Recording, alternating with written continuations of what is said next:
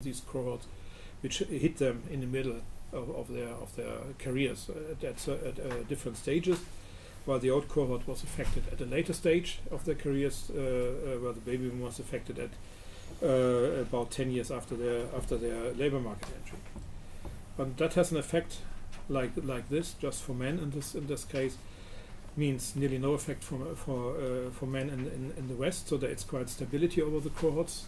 These changes do not affect their pension outcomes, but it has substantial effects for the men in East Germany, and you see the distribution, and that's pension points, what is called in the German system, but that relates to the relative pension earnings that you can expect, but that's a little bit too much of a detail, but it's the relative position in the income hierarchy. So they will receive lower pensions because of the increasingly discontinuous employment histories, and you could even show the same for women on of course different level. It's more inequality among women, so it's not so much centered around that peak, but the trend is more or less the same. So you have over this process, depending on the location and partly depending on gender, quite different effects of historical change over time, and that can only be approached or addressed through a proper life course perspective, where you take into account these different life course events and their outcomes in the end. So you see the different life course patterns, and you see also different balancing at the end of these life courses. So as a consequence, then these analyses show that old age incomes will probably not outreach those of foregoing cohorts. Social groups will be affected in different ways, and aging in later life, which is then here the pension outcome, is influenced by social change, but may also have an impact on it, because that, of course, has a consequence in terms of satisfaction in later life, well-being, and other outcomes. You could argument that the accumulation is overruled by or revised by social change. So the social change is the dominant driver here, and the accumulation process takes place somewhere in the background. You see that there's accumulation process, of course, because then you see that people with a better or uninterrupted employment career have, of course, better later life outcomes.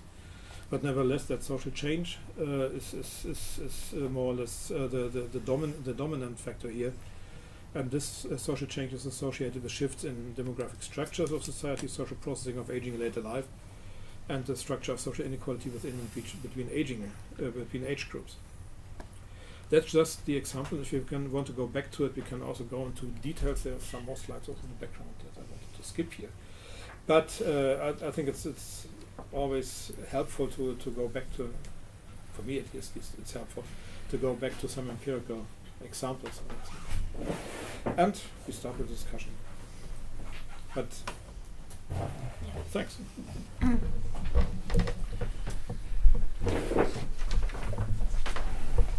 I think it's a great continuation of the first discussion, where we end up with the questioning retirement age and the gender differences in different countries and age norms in the labor market.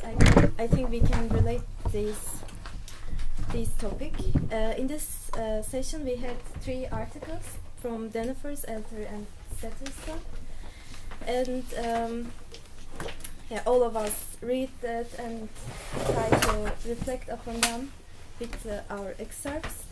When I read the excerpts, I realize that even though we are from different backgrounds and different research interests, we had some common ground, and we point out very similar keywords and key concepts in the articles, such as life course perspectives, personological and institutional parts, and aging as a social, historical, and chronological time, and kind of this standardization of life course. And many of us reflect and mention these in the similar ways.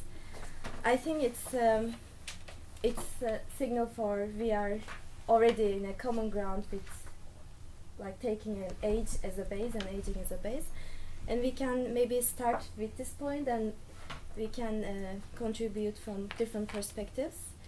And most of us mentioned that life course perspective is good for aging research, and most of us explain how it contributes to aging research, such as some of us explain it is a rationality or broader, it brings broader picture, or is a nice theoretical baseline.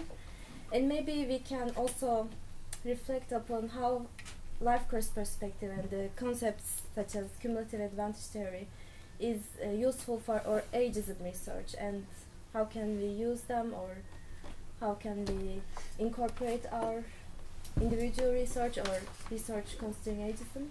Maybe we can start from this point, and then we can share other perspectives and even challenge or improve on the existing theories.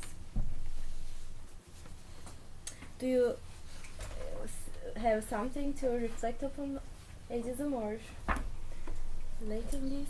I can start. I'm a demographer by background, so I always was a great fan of life course approach. I never thought it's a theory, but like a framework for the research. But coming to ageism and social sciences, I start having really big problems with practical implementation, because in demography it's somehow everything is more obvious than in social sciences. The first problem I came across is this dichotomy of accumulated advantages and disadvantages with social changes or social transformation, social crises. Because the history of Eastern Europe looks like one big crisis on the whole continuity of data available, and sometimes I can't distinguish between the accumulated disadvantages, the process on which people were on this transformation, the new process of accumulating advantages, disadvantages, and then the new transformation. So the model stopped working because it became too complex. You need to engage the social structures, you need to engage the chronological and cohort perspective, and also the effect of transformation, which was different for people with different social structures engaged and different life pattern. The other problem is this destandardization, dehomogenization, and all these things. As life courses became really much diverse, and which is interesting for the post-communist regimes. In fact, they became less due to cohort studies. But here comes the second problem, is with the data. We can study cohorts who are already disengaged from the labor market, or better, already died, because then we can see the whole picture. And due to the circumstances of this change and destandardization, we are mainly looking at post-war cohorts, and do not touch the cohorts we really work with on the labor market. So we are somehow looking deep to the past to make some implementations for the future, which is like we're studying history but not what is really going on. And here we are missing data because they are still in the process, and we can't trace their change or the transformation, the transaction period between lives, because it always became wider. And another aspect that I think this theory is lacking is some evaluation of what age means in this culture and to these people. Because coming across life course studies, I was always questioning whether these three cohorts think about age the same. Like, were they themselves evaluating these phases of life equally? Which for me is not obvious, and I usually can't find some qualitative or more deep approach to that. Meaning we are somehow looking on the very macro perspective and can somehow always see the real deep social changes and attitudes that are going under this surface. So that's my three main problems with the life course, although I'm still a great fan of it, but not working somehow on a practical base. But is it just to understand, it's the problem with the life course approach, or is it in the beginning I thought it's a problem with the cumulative disadvantage approach? I think that the cumulative disadvantage is a part of a life course perspective. Well, yeah, very specific. Yeah. Yeah, like it's a sub lens of these big glasses.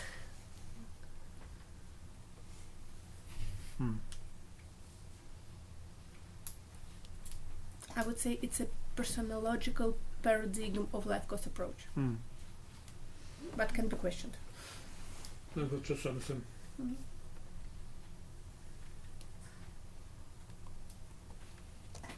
Oh, a bit too long. You stunned everyone, yeah.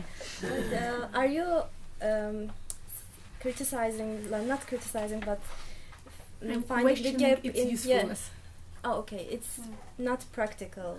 I or can't it's- see how it can be implemented into the social science ages studies because especially of the, ages. yeah.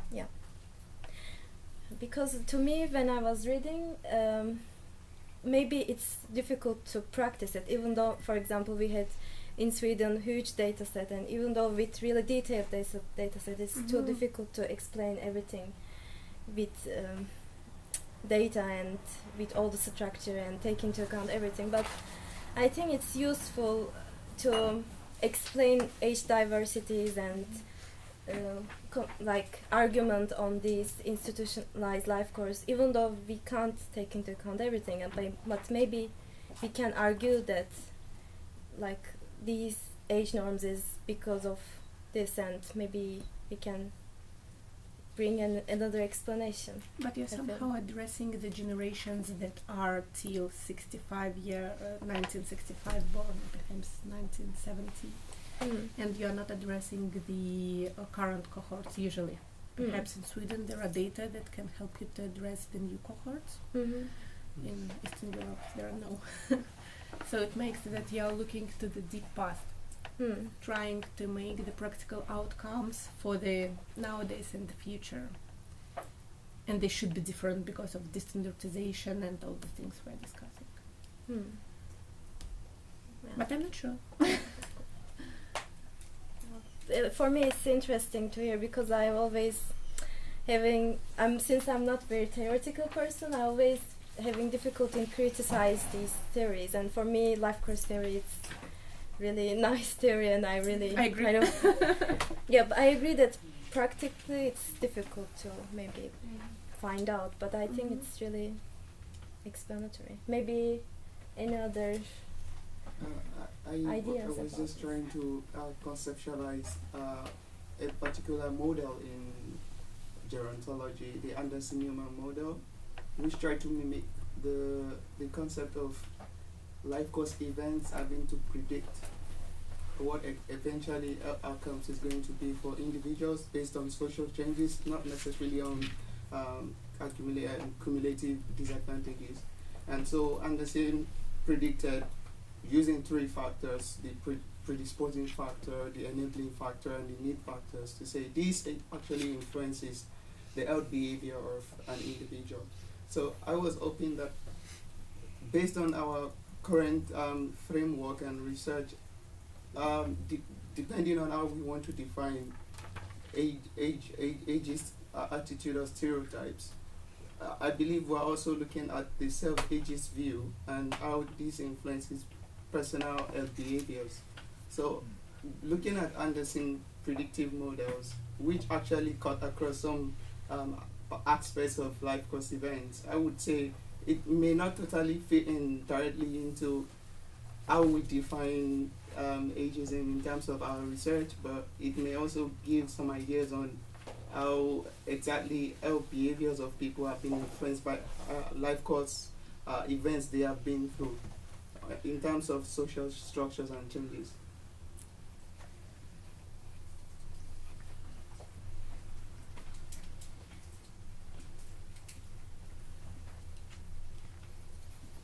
Any other reflections? When you were describing the social change part, you described it as a problem, and I was wondering, or maybe this is how the literature describes it, and I was wondering, what are your reflections on that? Like, is social change a problem, or? Not in a negative sense. So it's I don't know. I'm just curious. What was? it's an issue. It's something that needs to be taken into account and that needs to be explained in that sense. Sense a problem. No, it's not a problem. Otherwise, it would be strange. No. No, I'm thinking a lot about this because, like, technologies are changing so fast, and it can create a problem for some people. I wonder, like, where it is a problem, or where we are the problem, or what is the problem? No, it's not a problem as such, but in another discussion that we have for paper, it's of course the question in which way fast social change creates some kind of winners and losers, and is such a driver of social inequality, just because of the timing and the different speed of social change on different for different social subgroups, of course. So you have positive effects of social change, but not everybody participates. You have people that are excluded from the benefits of social change, in that sense. And again, that could be also an issue for the life course research, and that's why I would think that it's still useful to have that life course approach, because that can of course affect could of course go along the line of chronological age, and not just by accident, also by intention, also by policies, so that you have ongoing social change that disconnects, for example, pensions from labor incomes. And then if that is organized along chronological age, then you can of course argue that is an issue to pay to let certain age groups or cohorts or whatever pay for some development. But I don't have a final not just no answer, but not a final opinion to this at the moment. But the idea is of course to look for consequences of timing and speed for distributions at time X, Y, Z. And in that sense, it's a scientific problem, of course. And then of course the issue is ageism on a structural level, not necessarily on the experience or behavioral level. But then it's maybe that certain age groups are excluded at different certain groups at specific times of the life course are excluded by certain institutional conditions. And that's a little bit where that labor market idea goes. And so there, I think that makes sense to go on with the life course event approach. But it's of course something that has to be addressed in a more stable society. If you have a lot of period effects, then it's really difficult to model, because then you have the effect that these life course effects are not destroyed, but at least they really shifted. Yeah, then it's modified or moderated, or even then you have a dominant factor that is something else. Then you have period effects, but nevertheless period effects belong to life course.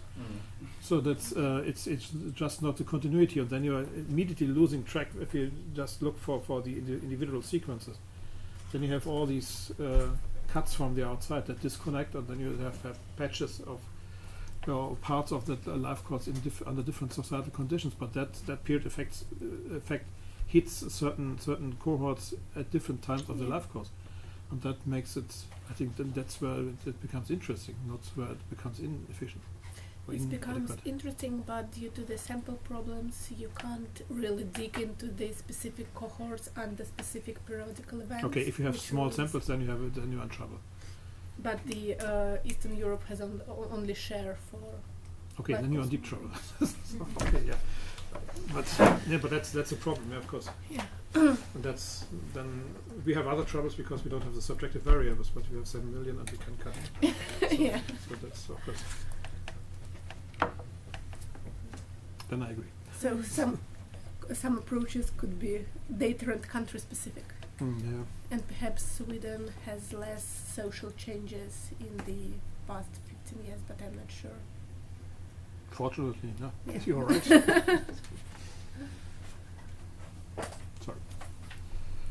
And speaking of which, life course and ageism